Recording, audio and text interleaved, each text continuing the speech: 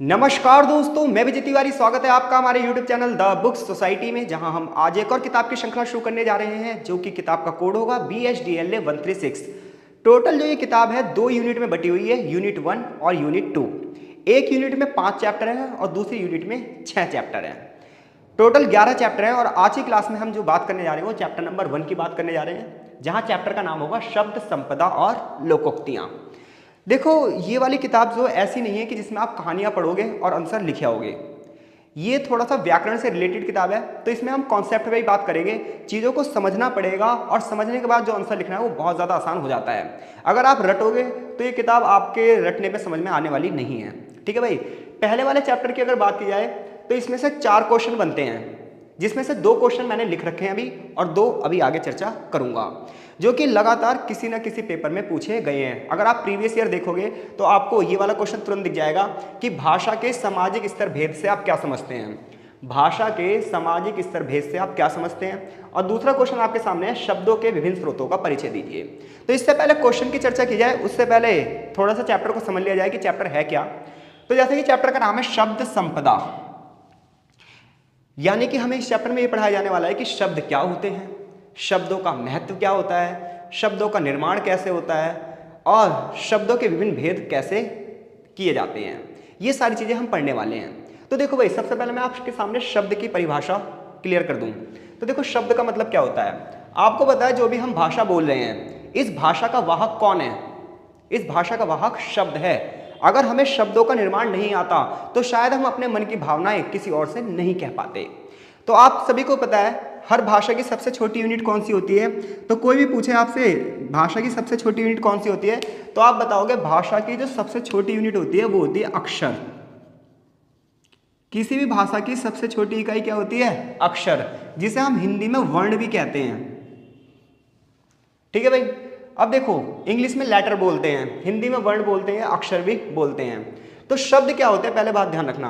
अगर मैं एक सिंगल अक्षर लिख रहा हूं तो इसका कोई अर्थ नहीं निकलेगा। तो जो भी अर्थ निकलता है वो शब्दों से निकलता है। तो 2 या 2 से अधिक अक्षरों के मेल से, 2 या 2 से अधिक, 2 या 2 से अधिक, 2 या 2 से अधिक अक्षरों के मेल से बने हुए एक सार्थक समूह को हम क्या बोलते हैं? शब्द बोलते हैं। एक बार फिर से सुन लीजिए, 2 या 2 से अधिक अक्षरों का एक समूह है जिसका एक अर्थ निकलता है, उसको हम क्या बोलते हैं? शब्द बोलते हैं। 2 या 2 से अधिक अक्षरों का एक समूह है और उस समूह का एक अर्थ भी निकलना चाहिए, तो उसे हम क्या बोलते हैं भाई? शब्द बोलते हैं। ये बात ध्यान रखना। जैसे कि देखो, अगर मैं लिख दूं खाली आ, तो आप आ तो बोलोगे ये एक स्वर तो है, ये एक ध्वनि तो है, लेकिन इसका कोई अर्थ है क्या? नहीं ना। लेकिन अगर मैं इसके साथ मिला दूं मां, तो ये क्या हो जाएगा?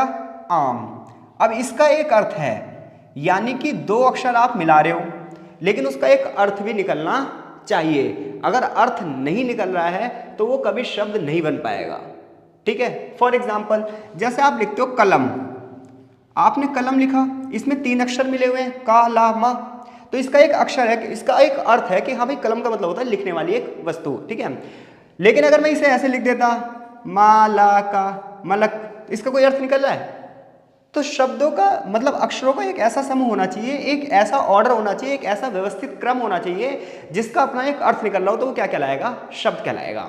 तो ये तो बात पता चल गई। जब भी आप इनमें से किसी प्रश्न का उत्तर दोगे तो सबसे पहले आप शब्द को भूमिका में देखो। जब हम कोई क्वेश्चन लिखते हैं उसमें ज़्यादा से ज़्यादा हमें नंबर चाहिए, तो उसे लिखने का एक तरीका होता है। सबसे पहले एक ना आप भूमिका तैयार करोगे, फिर उसके बाद पॉइंट टू पॉइंट चलोगे। जैसे मान लो एक क्वेश्चन आ जाए कि भाषा के सामाजिक स्तर भेद से आप क्या समझते हैं, तो सबसे पहले भाषा के बारे में बताओगे ना कि भाषा क्या है। हम अपने विचारों का जो आदान प्रदान कर रहे हैं वो भाषा के माध्यम से ही कर रहे हैं। किसी भाषा की सबसे छोटी इकाई क्या होती है? अक्षर होती है। 2 या 2 से अधिक अक्षरों को मिलाकर शब्दों का निर्माण किया जाता है। ऐसे में भाषा 2 स्तर पर पहुंचती है, औपचारिक और अनौपचारिक। अब आप डायरेक्ट लिखने लग जाओगे तो नंबर कैसे मिलेंगे? तो इतनी बात पता चल गई आपको कि शब्द क्या होते हैं। तो 2 या 2 से अधिक अक्षरों के समूह से कोई सार्थक, यानी कि जिसका कोई अर्थ निकलता हो, वो शब्द कहलाता है। ठीक है। अब देखो, शब्दों का महत्व क्या है। किसी भी भाषा की समृद्धि में शब्द एक महत्वपूर्ण भूमिका निभाते हैं। और जब हम हिंदी भाषा की बात करते हैं तो हिंदी भाषा में तो शब्दों का जो भंडार है वो एक अलग ही वे में है, हर भाषाओं से अलग है। क्यों? क्योंकि हिंदी भाषा ना सभी भाषाओं को अपने यहाँ पर समायोजित कर लेती है। फॉर एग्जाम्पल आपको पता है हिंदी भाषा की लिपि कौन सी है? देवनागरी लिपि है, जिसका उद्भव कहाँ से हुआ है? संस्कृत से हुआ है। तो इसी वजह से हिंदी में आपको बहुत सारे संस्कृत के वर्ड्स मिल जाएंगे। लेकिन जब हमारे यहाँ बाहरी लोग आए तो हमारी भाषा में फारसी शब्द भी जुड़ने लगे, उर्दू शब्द भी जुड़ने लगे, फिर ब्रिटिश आए तो अंग्रेजी शब्द भी बहुत सारे हिंदी में ऐसे कॉमन यूज में बोले जाते हैं जैसे कि वो हिंदी ही हो। तो हिंदी भाषा की सबसे बड़ी विशेषता यह है कि विभिन्न भाषाओं से आए हुए शब्दों को अपने में मिला लेती है। इसलिए हिंदी में ना शब्दों की बहुतायत है, शब्द बहुत सारे हैं। क्लियर है भाई? तो शब्द क्या है, शब्दों का महत्व क्या है, ये बात आप समझ चुके हो।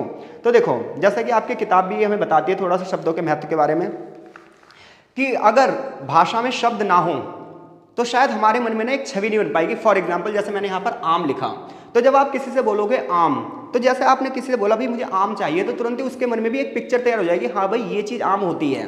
लेकिन आप कुछ और वर्ड बोलोगे तो शायद वो आम नहीं समझ पाएगा। लेकिन देखो एक शब्द आम है, लेकिन अलग अलग भाषाओं में इसे ही अलग अलग तरीके से प्रयोग किया जाता है। फॉर एग्जाम्पल इंग्लिश में अगर आप किसी बाहरी कंट्री में जाओगे, यूरोपीय कंट्री में जाओगे और वहाँ कहोगे मुझे आम दे दो, तो उसके मन में वो फिगर आ ही नहीं पाएगी, क्योंकि वहां पर आम को मैंगो बोलते हैं, इंग्लिश भाषा में उसे मैंगो बोलते हैं। तो हर भाषा में हर चीज के लिए एक प्रतीकात्मक अक्षर रखा गया है जिसके पीछे कोई लॉजिक नहीं है। समाज ने जैसे उसे चलाते चले गए, समाज में वैसे चलता गया, यानी कि चीज वही है, अलग अलग समाज में उसे अलग अलग शब्दों के माध्यम से जाना जाता है। एक और एग्जाम्पल आपकी किताब में दिया गया है मृग। तो देखो मृग का मतलब क्या होता है?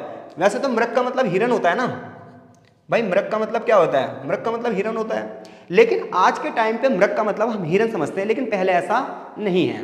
अगर आप मृग को बहुत अच्छे से पढ़ोगे तो आपकी किताब आपको बताती है कि मृग मतलब ना पशु या जानवर भी होते थे। जैसे कि पहले की किताबों में आप देखोगे तो एक शब्द होता था मृगराज। तो मृगराज का मतलब क्या होता था? मृगराज का मतलब ये नहीं होता कि हिरन का राजा है। मृगराज का मतलब होता था कि पूरे के सारे पशुओं का एक राजा है, सिंह। तो मृगराज को सिंह से यूज किया जाता था, क्योंकि मृग का मतलब सिर्फ और सिर्फ हिरन नहीं होता।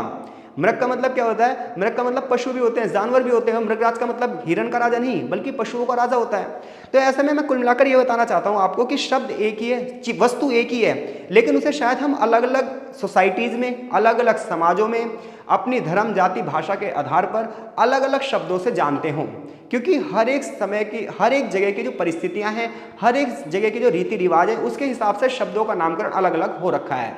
फॉर एग्जाम्पल कुछ लोग चावल को चावल कहते हैं, कुछ लोग राइस कहते हैं, कुछ लोग भात कहते हैं। तो है तो वो एक ही चीज, लेकिन उन्हें अलग अलग शब्दों से क्या करा गया है? भाषा के अंदर लेकर आया गया है। तो जब आप भाषा के महत्व, शब्दों के महत्व को समझते हो तो इससे आपको पता चलता है कि किसी भी समाज में अपने विचारों के आदान प्रदान के लिए भाषा महत्वपूर्ण है, और उस भाषा को चला कौन रहा है? शब्द चला रहे हैं। लेकिन हर सोसाइटी में अलग अलग शब्दों का प्रयोग हो सकता है, इसमें कोई दो राहे नहीं है। इतनी बात क्लियर है? अब हम अपने पहले क्वेश्चन की ओर बढ़ते हैं कि भाषा के सामाजिक स्तर भेद से आप क्या समझते हो। तो देखो जब आप भाषा के सामाजिक स्तर भेद की बात करोगे तो भाषा के सामाजिक स्तर पर दो भेद हैं, यानी कि जो हम भाषा का यूज कर रहे हैं वो कितने स्तर पर कर रहे हैं? दो स्तर पर कर रहे हैं। पहला कौन सा है? पहला है औपचारिक। पहला कौन सा है? औपचारिक भाषा। दूसरा कौन सी है? अनौपचारिक भाषा।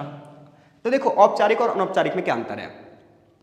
जब आप औपचारिक भाषा, जब ये क्वेश्चन आएगा ना भाषा के सामाजिक स्तर भेद से आप क्या समझते हैं, तो पहले तो आप भाषा के बारे में बताओगे, अक्षरों के बारे में बताओगे, शब्दों के बारे में बताओगे, और फिर दो पॉइंट बनाओगे, एक औपचारिक एक अनौपचारिक, और तीसरा पॉइंट बनाओगे उदात्त। तो देखो औपचारिक भाषा क्या है?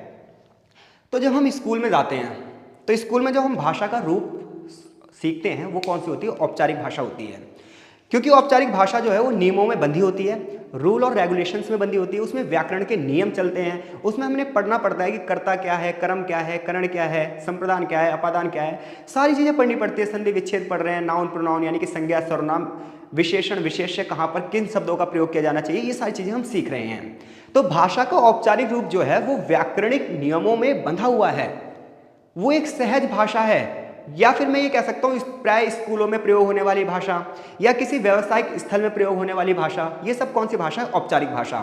बट जब हम लोग घर में बातचीत करते हैं, अपने भाई बहन से बातचीत कर रहे हैं, माता पिता से बातचीत कर रहे हैं, दोस्तों से बातचीत कर रहे हैं, तो भाषा का एक बिगड़ा हुआ रूप यूज करते हैं। फॉर एग्जाम्पल जैसे मान लो किसी को अपनी सिस्टर से बात करनी है तो क्या कहेगा? तू यहाँ क्या कर रही है? बट यही चीज अगर ऑफिशियल लैंग्वेज में करेंगे तो आप क्या कर रहे हैं? तो जब हम ऑफिस में भाषा का प्रयोग कर रहे हैं तो भाषा का अलग रूप है, अपने बड़े व्यक्ति से बात कर रहे हैं तो भाषा का अलग रूप है, स्कूल में भाषा का यूज कर रहे हैं वो भाषा का अलग रूप है, किसी सेमिनार में जो भाषा का प्रयोग कर रहे हैं वो भाषा का अलग रूप है। तो ऐसे में मोटे तौर पर भाषा को दो भागों में बांट दिया उसने भाई, एक औपचारिक और एक अनौपचारिक। तो जो हम डेली रूटीन में शब्दों का प्रयोग कर रहे हैं वो अनौपचारिक है, और जो हम स्कूल में या किसी संस्थान में या किसी सेमिनार में किसी सम्मेलन में जो प्रयोग कर रहे हैं भाषा का प्रयोग कौन सा है? औपचारिक। और आप यकीन मानिए दोनों में बहुत बड़ा अंतर है। अगर आप औपचारिक भाषा को घर में ले जाओगे ना तो घर का माहौल भी बिल्कुल कैसा हो जाएगा? व्यवसाय की तरह हो जाएगा, क्योंकि ये माना जाता है इस औपचारिक भाषा में ना अपनापन नहीं मिल पाता, और अनौपचारिक भाषा में एक अपनापन मिल पाता है, इसमें एक फीलिंग होती है, इमोशंस होते हैं। फॉर एग्जाम्पल, एक कर्मचारी है, उसके बॉस ने उसके ऊपर चिल्ला दिया, वो बंदा फ्रस्ट्रेटेड हो गया। अब पता है क्या, उसका मन भी कर रहा है कि मैं बॉस को कुछ बोल दूं, बट वो कुछ नहीं बोल पाएगा। क्यों? क्योंकि औपचारिक भाषा, यस सर करेगा। बट अगर घर में वही बात हो जाए तो दोनों लड़ भिड़ेंगे, एकदम से बोलने लग जाएंगे। अनौपचारिक भाषा, तो अनौपचारिक भाषा एक तरीके से ना फीलिंग को लेकर चल रही है। क्लियर है भाई? जबकि औपचारिक भाषा में ऐसा नहीं है, बट फिर भी किसी भी कार्यस्थल पर जो भाषा का प्रयोग किया जाता है वो औपचारिक ही किया जाता है। तो आई होप सो औपचारिक भाषा और औपचारिक दोनों चीज आप क्या समझ चुके हो। कमेंट बॉक्स में कमेंट जरूर करना ताकि हमें पता चल पाए चीजें आपको समझ में आ रही है या नहीं आ रही है। आगे देखो, फिर आप बताओगे उदात्त शब्दों के बारे में। अब ये क्या होते हैं? उदात्त शब्द क्या होते हैं?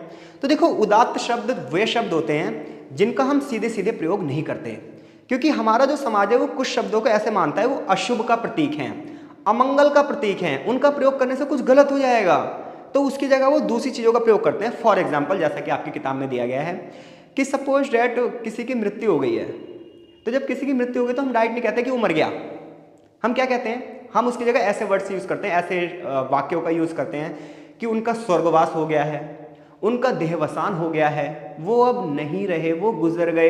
इस टाइप के शब्दों का प्रयोग किया जाता है, यानी कि डायरेक्ट नहीं कहा जाता कि वो मर गया, अब वो चला गया है, ऐसे नहीं बोलते हम क्या बोलते हैं? वो स्वर्गवासी हो गए हैं।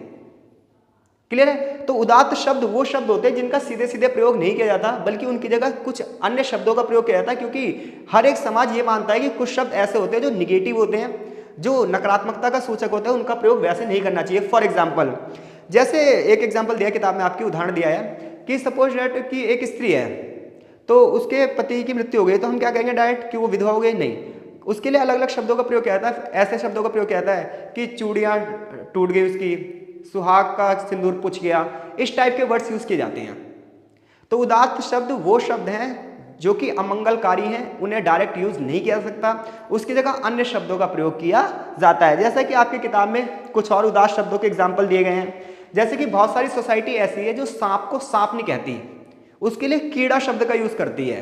क्यों? क्योंकि सांप कहने से ये माना जाता है कि ये निगेटिव सूचक है, तो उसको लिए कीड़ा यूज करती है। या फिर आपने एक बीमारी के बारे में सुना होगा, चेचक, तो चेचक को डायरेक्ट बंदा चेचक नहीं कहता, डरता है, तो उसके लिए क्या यूज करता है? माता यूज करता है कि माता है। तो ऐसे बहुत सारे शब्द समाज में चल रहे हैं जो कि अमंगलकारी है या फिर अभद्र शब्द होते हैं, जिन्हें हम किसी के सामने कहने से बचना चाहते हैं, तो उसके लिए हम दूसरे शब्दों का प्रयोग करते हैं। फॉर एग्जाम्पल, जैसे किसी को टॉयलेट जाना हो, बाथरूम जाना हो, तो वो क्या कहेगा? हिंदी में क्या कहेगा? तो डायरेक्ट तो नहीं बोल सकता, वो तो क्या कहेगा? लघु शंका जाना है। तो ऐसे बहुत सारे शब्द हैं जो किस लिए यूज हो रहे हैं, वो बहुत सारे शब्द उदात्त शब्दों की जगह प्रयोग हो रहे हैं, क्योंकि वो सब या तो अभद्र हैं या फिर अमंगलकारी हैं। तो कोई पूछेगा आपसे उदात्त शब्द क्या, तो बता दोगे, तो ये पहले क्वेश्चन का आंसर कंप्लीट हो गया। अगर ये क्वेश्चन पेपर में आया कि भाषा के सामाजिक स्तर भेद से आप क्या समझते हो, तो सबसे पहले बताओगे आप किसी भी समाज में विचारों के आदान प्रदान के लिए किसी न किसी भाषा का प्रयोग किया जाता है। ऐसे में जब हम हिंदी भाषा की बात करते हो तो ये देवनागरी लिपि से है, और इसमें बहुतायश जो शब्द हैं वो अलग अलग भाषाओं से प्रयोग किए गए हैं। शब्दों की जब बात की जाती है तो दो या दो से अधिक अक्षरों के मेल से बने शब्द कहलाते हैं, जिनका कोई एक अर्थ होना चाहिए। अगर अर्थ नहीं है तो हम उन्हें शब्दों की श्रेणी में नहीं रख सकते। ऐसे में जब हम भाषा का प्रयोग करते हैं तो भाषा दो प्रकार की होती है, एक औपचारिक भाषा और एक अनौपचारिक भाषा। फिर आप इनको डिफाइन करोगे और फिर आप उदात्त शब्दों के बारे में बताओगे। आई होप सो अगर ये प्रश्न आया तो आप इस प्रश्न का उत्तर देने में पूरी तरीके से सक्षम हैं। अब मिलते हैं आपसे दूसरे क्वेश्चन के साथ। दूसरा क्वेश्चन है शब्दों के विभिन्न स्रोतों का परिचय दीजिए। जैसा कि क्वेश्चन में क्वेश्चन ये पूछ रहा है कि हिंदी भाषा की जब हम बात कर रहे हैं तो हिंदी भाषा में शब्द किन किन स्रोतों से लिए गए हैं। तो जैसा कि मैंने आपको बताया, हिंदी भाषा में जो शब्द हैं वो अपने आप से हिंदी भाषा के ही नहीं है बल्कि अन्य भाषाओं के भी इसमें से लिए गए हैं। इस आधार पर शब्दों के 4 स्रोत बताए गए हैं। कितने स्रोत बताए गए हैं? 4। पहला है तत्सम। कौन सा है? तत्सम। दूसरा है तद्भव, तीसरा है देशज और चौथा है बाहरी। यानी कि आप ऐसे हेडिंग बनाओगे, ठीक है, मैंने तो डायरेक्ट सीधी रेखा में लिखा है, आप इसे एक ऑर्डर में लिखोगे। सबसे पहले तो शब्दों की परिभाषा बताओगे, फिर से कोई भी क्वेश्चन आएगा बताना आपको पहले परिभाषा ही है, क्योंकि एक ही क्वेश्चन आएगा इस चैप्टर से। तो जैसे आप पहले फिर से आप बताओगे शब्दों की परिभाषा, एक भूमिका तैयार करोगे, फिर बताओगे तत्सम। देखो तत्सम शब्द कौन से होते हैं? तो तत्सम मतलब उसके ही जैसा। तो हिंदी में तो देवनागरी लिपि वो कहां से ली गई है? संस्कृत से। तो संस्कृत के वे शब्द जो हिंदी में वैसे के वैसे प्रयोग होते हैं वो तत्सम कहलाते हैं। संस्कृत भाषा के वे शब्द जो हिंदी में वैसे के वैसे ही प्रयोग किए जाते हैं वो कौन से कहलाते हैं? तत्सम कहलाते हैं। लेकिन एक बात ध्यान रखना, बिल्कुल वैसे के वैसे प्रयोग नहीं किए जाते। जैसे कि बहुत सारे शब्दों के अंत में विसर्ग लगा होता है, तो बिल्कुल वैसे के वैसा नहीं होता, उसमें थोड़ा सा ना चेंज होता है, बट फिर भी ये माना जाता है कि संस्कृत से लिए गए। जैसे कि सूर्य, एक शब्द है सूर्य, लेकिन संस्कृत से जो हिंदी में शब्द लिए गए हैं और उनका रूप परिवर्तित किया गया है वो तद्भव कहलाते हैं। जैसे कि सूरज। तो तत्सम कौन से हैं? जो संस्कृत से सीधे सीधे लिए गए हैं, ठीक है, और तद्भव जो है वो परिवर्तित करके लिए गए हैं। जैसे सूर्य का मतलब और सूरज का मतलब बात एक ही है, लेकिन सूरज जो है वो तद्भव है, सूर्य जो है वो तत्सम है। अब देशज शब्दों की बात करो, देखो देशज मतलब देशी शब्द। हर भाषा में बहुत सारे शब्द जो होते हैं वो लोकल होते हैं, देशी होते हैं, लेकिन उनकी उत्पत्ति कैसे हुई इसके बारे में ना खुद जिन्होंने व्याकरणों को लिखा है, जिन्होंने किताबों को लिखा है, वो कहते हैं इनके बारे में हमें पता नहीं है। तो देशी शब्द जो है वो वे शब्द हैं जो समाज में ना अपने हिसाब से ही किसी चीज के लिए किसी चीज का नाम रख दिया गया, तो ऐसे शब्द कौन से कहलाते हैं? देशी शब्द कहलाते हैं। और फिर बचता है बाहरी शब्द। अब बाहरी शब्द देखो वो शब्द हैं, जैसे कि मैंने आपको बताया हिंदी में जब बाहर से लोग आए तो बाहरी शब्दों की बहुतायत हो गई। जैसे फारसी शब्दों का प्रयोग बढ़ गया, उर्दू शब्दों का प्रयोग बढ़ गया, फिर ब्रिटिशिश आए तो ब्रिटिशिश शब्दों का प्रयोग बढ़ गया, पुर्तगाली शब्दों का प्रयोग बढ़ गया, फ्रेंच वर्ड्स बहुत सारे यूज हो रहे हैं। तो ऐसे बहुत सारे वर्ड्स हैं जिनके मैं एग्जाम्पल आपकी किताब से बता देता हूं। जैसे कि कुछ शब्द हैं जो अरबी भाषा से लिए गए हैं। कौन सी भाषा से? अरबी। जैसे कि आपने एक वर्ड सुना होगा औरत, तो जो औरत शब्द है कौन सा शब्द है? यहां लिख देता हूं मैं, ठीक है भाई। औरत शब्द है, ये किससे लिया गया है? ये अरबी भाषा का शब्द है। औरत कौन सी भाषा शब्द है? अरबी। ऐसी एक शब्द है गुनाह, एक शब्द है तकदीर, एक शब्द है फरिश्ता, ताबीज, सलाम, ये सब अरबी भाषी शब्द हैं। जबकि खुदा, आपने खुदा वर्ड यूज बहुत सुना होगा, ये कौन सी भाषा का शब्द है? ये है फारसी भाषा का शब्द। खुशामद, जमीन, सरकार, सरकार वर्ड आप बहुत यूज करते हो। सरकार कौन सा शब्द है? सरकार जो शब्द है ये फारसी भाषा का शब्द है। यानी कि बाहरी में आपने अरबी भाषा के 2-4 एग्जाम्पल लिख दिए, फारसी भाषा के 2-4 एग्जाम्पल लिख दिए। किताब आपके सामने, और मैंने ये वाला चैप्टर ना लाइन टू लाइन पढ़कर भी अपलोड कर रखा है, तो वहां से भी आप चीजें देख सकते हो। जिनके पास किताब नहीं हो टेलीग्राम ग्रुप में जुड़ जाओ, मैं किताब की पीडीएफ उन्हें वहां पर भेज दूंगा। कुछ शब्द ऐसे जो तुर्की भाषा से लिए गए हैं, जैसे तोप। तोप सब जानते हो आप, तोप। तोप कहां से लिया गया है? ये तुर्की भाषा का शब्द है। तो देखो ये तुर्की भाषा का शब्द है, ये फारसी भाषा का शब्द है, ये अरबी भाषा का शब्द है। तो बाहरी शब्द वो हैं जो अन्य भाषाओं के शब्द थे लेकिन हिंदी में उनका यूज लगातार किया जा रहा है। आई होप सो चीजें आपको समझ में आ रही होंगी। ऐसे ही आपने कूपन शब्द का यूज किया होगा, कूपन, या फिर कारतूस शब्द के बारे में सुना होगा। ये कौन सा शब्द है? फ्रांसीसी शब्द है, फ्रेंच भाषा के शब्द हैं। कौन से? कारतूस हो गया, या फिर कौन सा कूपन हो गया, अंग्रेजी हो गई। ऐसे आपने एक वर्ड सुना होगा रिक्शा। रिक्शा कौन सी भाषा का शब्द है भाई? रिक्शा जापानीज भाषा का शब्द है, यानी कि जापानी भाषा का शब्द है। ऐसे आपने सुना होगा गिरजा, पादरी, काजू, काजू खाते हैं ना, काजू, चाबी, ये सब कौन सी भाषा शब्द हैं? ये पुर्तगाली भाषा के शब्द हैं। तो बाहरी शब्द वो शब्द हैं जो अन्य भाषाओं से लिए गए हैं लेकिन इंग्लिश में उनका धड़ल्ले से हिंदी में उनका धड़ल्ले से यूज हो रहा है, तो हम ये कहते हैं कि ये हिंदी के शब्द है, लेकिन ऐसा नहीं है। जैसे कि साइकिल, साइकिल अंग्रेजी भाषा से लिया गया शब्द है, ठीक है भाई। टिकट, रेल, स्टैंप, पुलिस, ये सब अंग्रेजी भाषा से लिए गए शब्द हैं। ये बात क्लियर हो गई। तो तत्सम शब्द, तद्भव शब्द, देशज शब्द, बाहरी शब्द, ये जितने भी हैं ये शब्दों के विभिन्न स्रोत हैं भाई, अलग अलग क्षेत्रों से अलग अलग लिए गए हैं। एक चीज फिर से ध्यान रखना, तत्सम शब्द वो हैं जो संस्कृत से ही लिए गए हैं लेकिन बिल्कुल वैसे के वैसे नहीं लिए गए हैं। ज्यादातर शब्दों से हमने विसर्ग हटा दिया है। जो आप ये वाला निशान देखते हो ऐसे करके, मार्कर नहीं चल रहा है, ये वाला निशान जो आप देखते हो ऐसे करके, ज्यादातर शब्दों के पीछे लगा होता है, इसे विसर्ग कहते हैं। तो विसर्ग हटा दिया जाता है। संस्कृत में ज्यादातर विसर्ग का प्रयोग किया जाता है, लेकिन संस्कृत से जब तत्सम शब्द बनाए जाते हैं तो वो क्या होते हैं, उनमें से विसर्ग हटा दिया जाता है। तो जो जो संस्कृत से वैसे के वैसे लिए गए वो कौन से हैं, तत्सम हैं। जिनमें थोड़ा परिवर्तन किया गया है वो कौन से हैं, तद्भव हैं। जो देशी शब्द हैं वो देशज हैं। और जो बाहरी, बाहरी में आपको बहुत सारी भाषा लिखनी है, इंग्लिश, जापानीज, फ्रेंच हो गई, ठीक है। इसके अलावा अरबी, फारसी, उर्दू, ठीक है। ये सब बाहरी शब्द हैं जो बाहरी भाषा से हिंदी में आज यूज हो रहे हैं और हिंदी के मानक शब्द बन गए। यही हिंदी की क्या है, खूबसूरती, यही हिंदी की खूबसूरती है। क्लियर है भाई। तो आज की क्लास में हमने 2 क्वेश्चन पढ़े हैं चैप्टर नंबर 1 के। अभी 2 क्वेश्चन और रह रहे हैं, इसका एक पार्ट और अपलोड करूंगा, वहां चीजों को समझेंगे। चैप्टर का नाम कौन सा है, शब्द समता और लोकोक्तियां, जिसमें हमने शब्दों को बारे में पढ़ा, शब्दों के विभिन्न अर्थों के बारे में पढ़ा, शब्द को निर्माण कैसे होता है ये पढ़ा, भाषा में शब्दों का क्या महत्व है ये पढ़ा। फिर हमने भाषा के सामाजिक स्तर भेद से क्या समझते हो, औपचारिक, अनौपचारिक और उदात्त शब्द, ये 3 हेडिंग यहाँ पर बनेंगी। और शब्दों के विभिन्न स्रोतों का परिचय दीजिए, तो फिर शब्दों को फिर से आप भूमिका में लिखोगे और तत्सम, तद्भव, देशज और बाहरी, ये हेडिंग बनाकर इनके बारे में लिखोगे। आई होप सो चीजें आपको बहुत अच्छे से समझ में आ रही होगी। कमेंट बॉक्स में कमेंट जरूर करना और टेलीग्राम ग्रुप में भी आप जुड़ सकते हो हमारे। इसके अलावा अगर आपको कोई चीज नहीं समझ में आई है तो वो भी आप हमें बताइए, हम वो आपको और अच्छे से समझाएंगे। मिलते हैं आपसे नेक्स्ट पार्ट में, तब तक के लिए आपका बहुत बहुत धन्यवाद। जय हिंद, जय भारत।